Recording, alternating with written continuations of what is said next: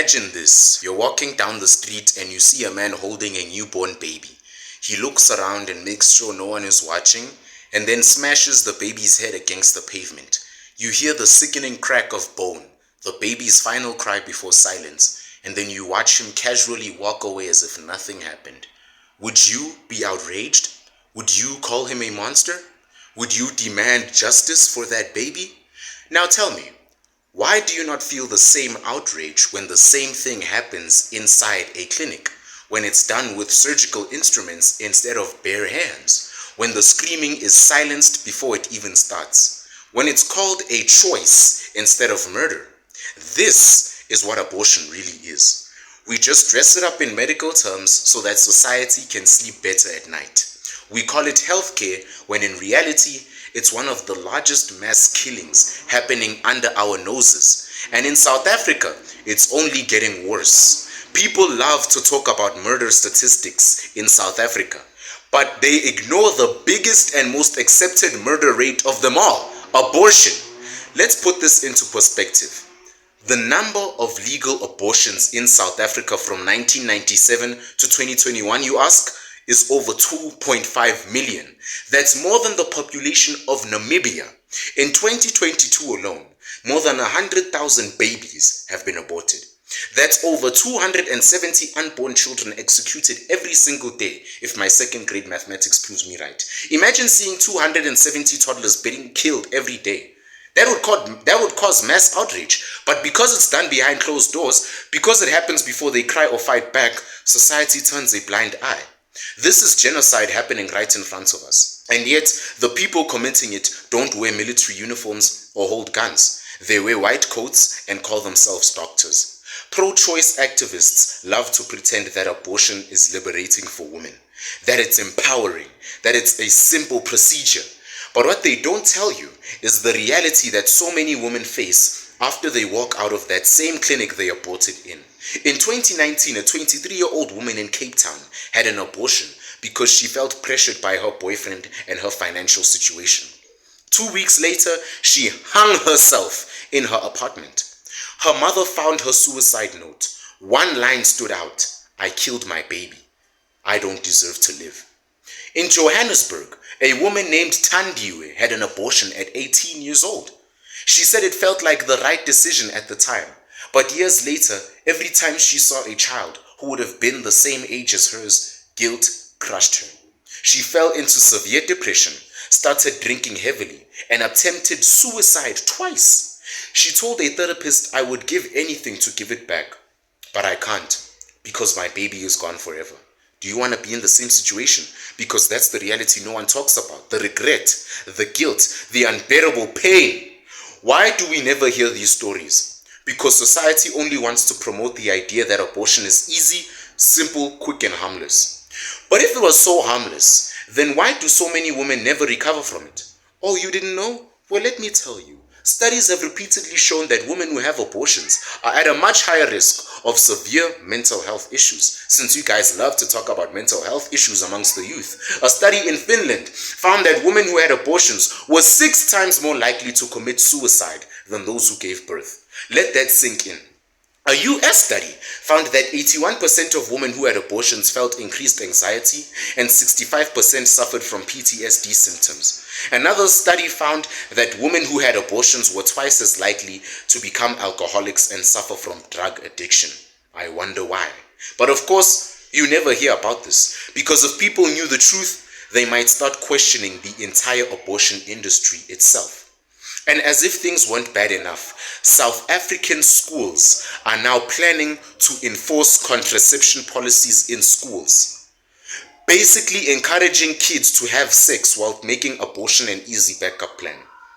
So let's get this straight. Schools are banning teachers from disciplining kids. Schools are handing out condoms like candy. Schools are pushing abortion as no big deal. And then we wonder why teenage pregnancies, STDs, and broken homes are skyrocketing in this country of ours. We are creating a generation of careless, irresponsible youth who see life as disposable. What happens when you raise an entire generation to believe that life in the womb doesn't matter? A generation of obnoxious little brats is what you get. They grow up to believe that life outside the womb doesn't matter either. Here's something that will make pro-choicers very uncomfortable. And I hope the pro-choicers are specifically watching this video.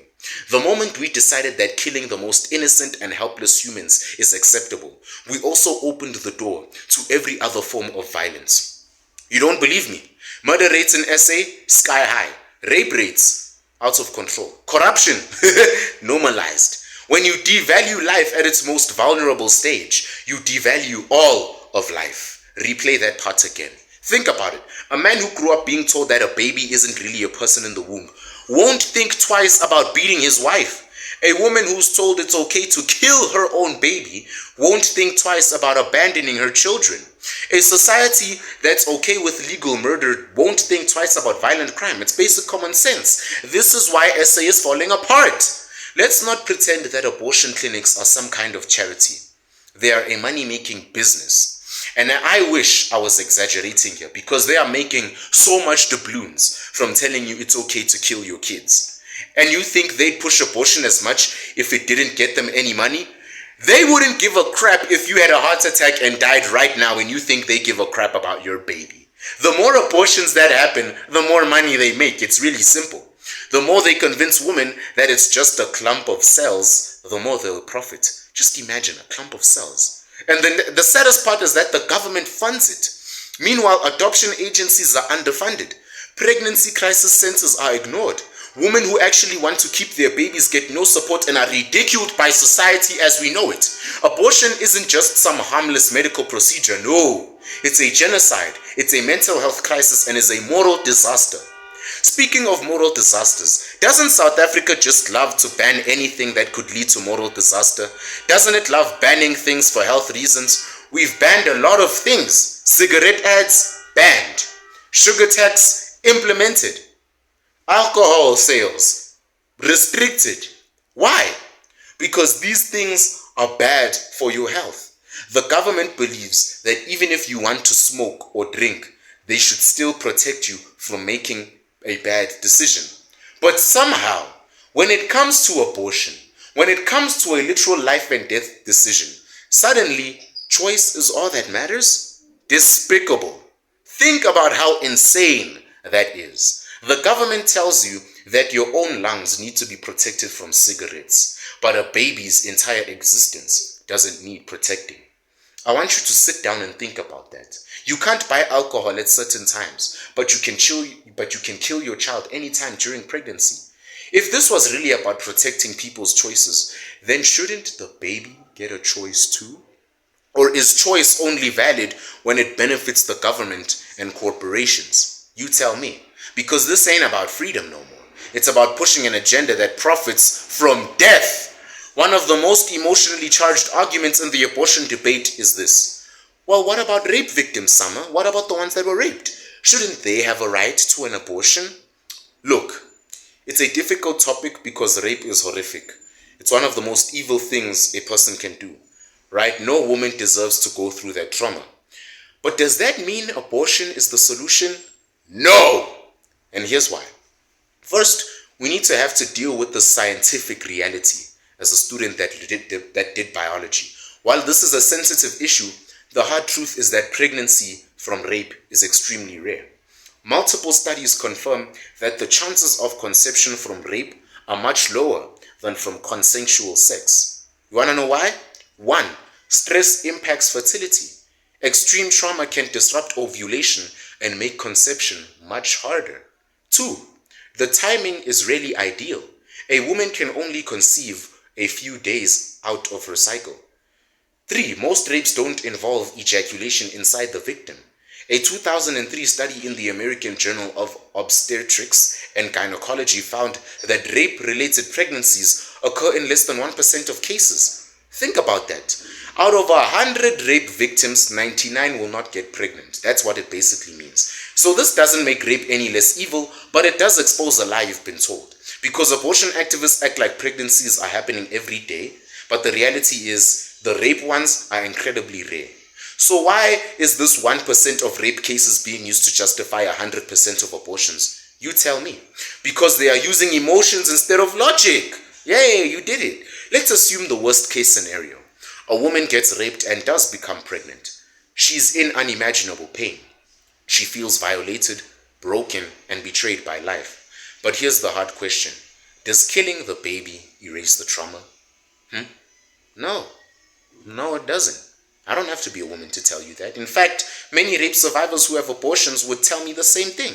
It only adds to their pain. They already feel powerless from the rape, and now they feel like they've become part of another act of violence when they killed the child. Think about this. The rapist is the criminal. The baby is innocent. So why should the baby get the death penalty? This is why I said South Africa should bring back the death penalty, but that's a topic for another day. Imagine if we treated other crimes like this. If someone robs your house, who do we execute? Do we execute the innocent child of the victim's family? If a man murders someone, do we punish his unborn baby? No, you don't. Because we don't punish innocent people for the crimes of others. We've known that since the beginning of nature itself. Yes, that's exactly what abortion does in rape cases. It takes an innocent life for the actions of an evil person. That's not justice, if you ask me. That's injustice. So if abortion isn't the answer, then what is? Rape victims need real support. Instead of giving them a second trauma, we should be offering them, number one, counseling to help them heal emotionally. 2, medical care to ensure their body recovers. 3, support networks so that they don't feel alone. 4, legal assistance to make sure the rapist faces real punishment like death. And if they don't feel ready to raise the child, adoption exists. Okay? There are thousands of couples begging for a child, praying for it every day, who would love and care for a child that you want to kill so bad. That way the mother doesn't have to raise the child herself, but she also doesn't have to live with the guilt of killing it. She gets to move on with a clean conscience, knowing she made the right decision. She turns a tragedy into something good.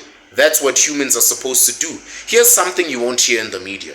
Many rape survivors actually choose life. They actually choose to keep their babies even though they were conceived in violence. And their stories are incredible. Take Valerie Gatto, for example. I hope I'm saying her name correct. Valerie Gatto, I think. She was conceived when her mother was raped at knife point. Her mother almost aborted her. But guess what? She didn't. And today, Valerie is a successful public speaker, an author, and a former Miss Pennsylvania, USA. Imagine if she had been aborted. Just imagine how many future doctors, teachers, leaders, and artists were never born because someone decided their life wasn't worth living. Someone could have found the cure to cancer, but he was probably aborted before he was born. Rape is evil, but abortion doesn't erase the evil. It just erases another victim. Real strength is choosing life when tough is hard. And that's what makes these women some of the strongest people I've ever seen. Rape is one of the worst things a person can experience. But let's be clear. Abortion does not undo the rape. Does it? It does not bring healing. Does it? It does not bring justice. Does it? Especially for the child. And it sure as hell does not erase the pain. It only adds another tragedy on top of another and already horrible event. And in the process, it takes an innocent life. So instead of offering death, we should be offering real help.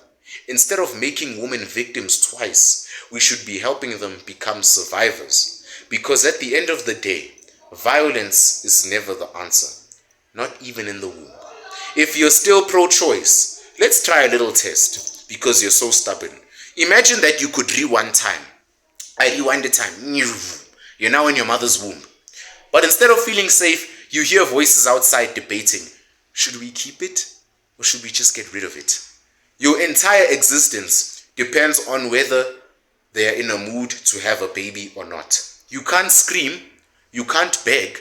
You can't fight for yourself. You're completely helpless. Powerless. Now tell me, if you could speak in that moment, what would you say?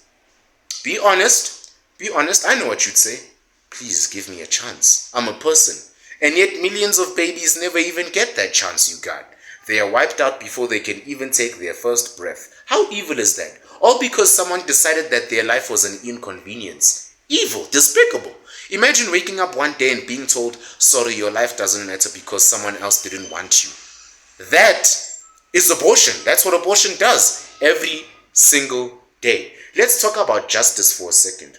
Because in South Africa, if a serial killer is arrested, the law protects his human rights. He gets a fair trial. He gets a lawyer. The state spends millions of rands making sure his rights are not violated. In other words, a man who has slaughtered multiple people is still treated as a human being with value. But an innocent unborn child, no lawyer, no trial, no chance. How is it that the worst criminals in our society as we know it are given more protection than a baby who hasn't done anything wrong? Why does a rapist or murderer get more rights than a baby in the womb? We live in a world where a serial killer can sit in jail, fully fed, fully clothed, have DSTV, get legal protection, while an unborn child gets the death penalty for simply existing. If we truly believe in human rights, shouldn't we start by protecting the most innocent and defenseless of them all, the human babies? We look back at history and call past genocides evil. We talk about things like the Holocaust, slavery, apartheid, and say, how could people allow this to happen? But here we are, 2025, allowing a new form of genocide to happen in medical clinics across the country. The only difference? Oh, it's that this time the victims can't fight back, because history will judge us for this. And you know history will judge us for this. And when future generations look back, they will ask the same question. How did they allow this to happen? If South Africa keeps going down this road, we will lose any sense of morality left in this country. Just like what I said in my most viral video. If we don't start defending the most innocent and defenseless lives, we will never value anyone's life. It's time to wake up. It's time to stop lying to yourself. It's time to stop the mass execution happening under your noses. It's time to defend the voiceless before there are none left. Tell me what you think. Goodbye.